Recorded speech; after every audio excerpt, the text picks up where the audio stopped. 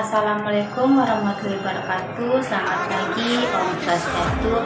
Perkenalkan, nama saya Dia Rahmawati dengan NIM A50123016 dari Prodi Bimbingan dan Konseling Universitas Tadulako. Baik, dalam video ini saya akan memaparkan hasil wawancara saya dengan salah satu guru BK yang ada di SMA Negeri 1 Bandung. Baik, langsung saja kita simak videonya berikut ini. Assalamualaikum warahmatullahi wabarakatuh. Selamat pagi.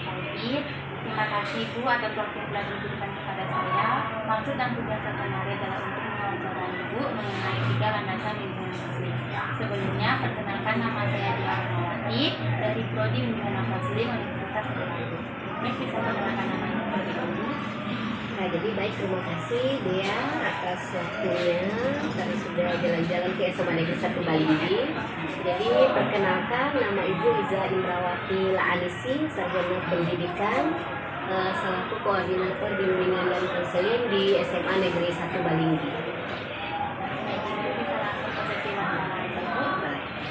Yang pertama, menurut pemahaman Ibu dari ketiga landasan bimbingan dan konseling yaitu landasan religius, filosofis dan psikologis, landasan mana yang sangat mempengaruhi program BK yang Ibu rancang?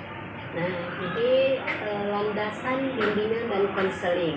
Jadi kita kalau bicara tentang landasan ini pada umumnya bertujuan untuk membantu, ya, untuk membantu mengoptimalkan atau mengembangkan diri peserta didik sesuai dengan potensi yang dia miliki.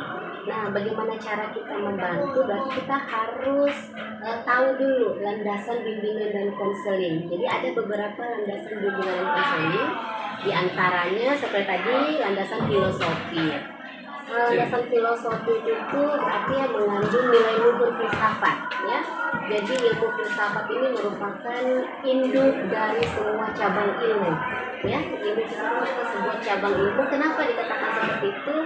Jika orang sudah berfilsafat, berarti dia sudah menjunjung kebenaran atau keadilan atau mungkin yang dikatakan bisa menjaga apa namanya sikap atau nilai-nilai dari misalnya peserta didik secara filosofi, ya. Kemudian landasan religius seperti bangsa Indonesia, landasannya adalah ketuhanan yang Maha Esa. Jadi semua penduduk itu memiliki agama, mempunyai kepercayaan masing-masing. Nah, kalau untuk peserta didik atau klien itu berarti kita harus menempatkan, ya, menempatkan peserta didik itu sesuai dengan agama. Kemudian landasan psikologi. Landasan psikologi berarti kita harus paham perilaku peserta didik sesuai dengan keadaannya saat itu. Jadi pertanyaannya adalah landasan mana? Kalau mau bilang mempengaruhi, jelas semua mempengaruhi, ya, karena semua landasan itu dia memiliki pendekatan yang berbeda. Jadi memiliki pendekatan berbeda sesuai dengan potensi atau sesuai dengan masalah peserta didik pada saat itu. Itu kalau menurut Ibu, jadi yang mempengaruhi itu semua landasan, bukan hanya ketiga ini, bukan hanya landasan filosofi, landasan psikologi, landasan religius. Jadi semua landasan, bukan hanya 3 atau 7 landasan itu dia mempengaruhi program kerja kita. Pertanyaan landasan mana yang telah Ibu gunakan atau yang akan digunakan pada program BK yang Ibu rancang? Nah, kalau untuk landasan yang sudah digunakan di SMA Negeri 1 Balinggi itu jadi sudah semua, ya. Jadi dari ketujuh landasan bimbingan dan konseling itu sudah semua kita gunakan. Seperti yang Ibu jelaskan tadi, kita gunakan saat atau sesuai dengan kondisi peserta didik. Berdasarkan pemahaman Ibu, apakah landasan filosofis, landasan religius dan psikologis sudah atau pernah didiskusikan pada kegiatan perhimpunan guru di bidang bimbingan konseling atau BK? Nah, jadi kalau dalam perhimpunan MGBK itu, kalau masalah diskusi dan lain sebagainya yang berkaitan dengan peserta didik sudah sering, ya, bukan hanya dengan landasan BK atau layanan dan lain sebagainya itu sering didiskusikan sesuai dengan masalah peserta didik.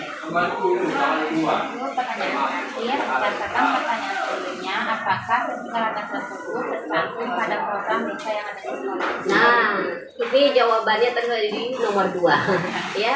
Jadi semua landasan bimbingan dan konseling itu sudah tercantum di program bimbingan konseling di SMA Negeri 1 Bandung dan ibu gunakan saat atau sesuai dengan masalah peserta didik. Jadi sudah tercantum.